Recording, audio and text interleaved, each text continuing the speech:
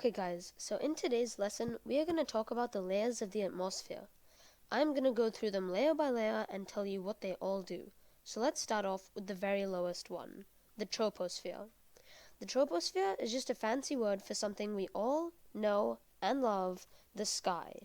So now you know the troposphere is just the sky, I'm sure you already know what it does.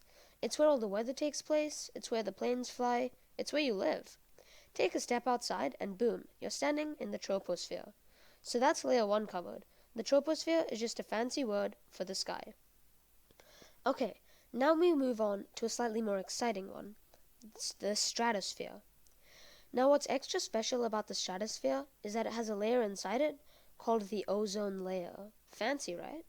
The ozone layer is the most important thing about the stratosphere. Do you like sunbathing at the beach? Playing in the sun?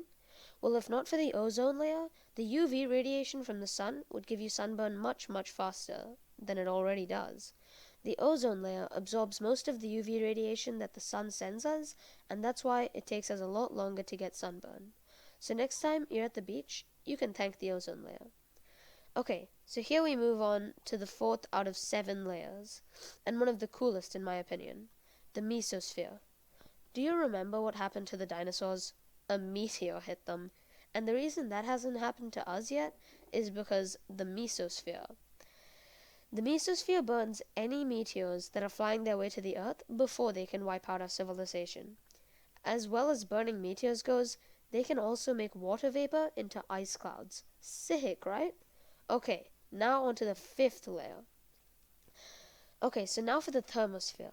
Inside the thermosphere is the ionosphere, and that is made because of the thermosphere also absorbs the UV radiation from the sun, and that causes ions to be made in the ionosphere using a technique we can get into in another video.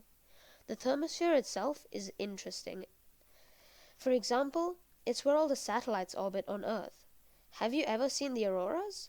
Well, that amazing natural light show up in the sky is caused by the heat in the thermosphere. And finally, the exosphere, the last layer in our atmosphere, from outer space. The exosphere is a very important layer because it's like a door to our Earth.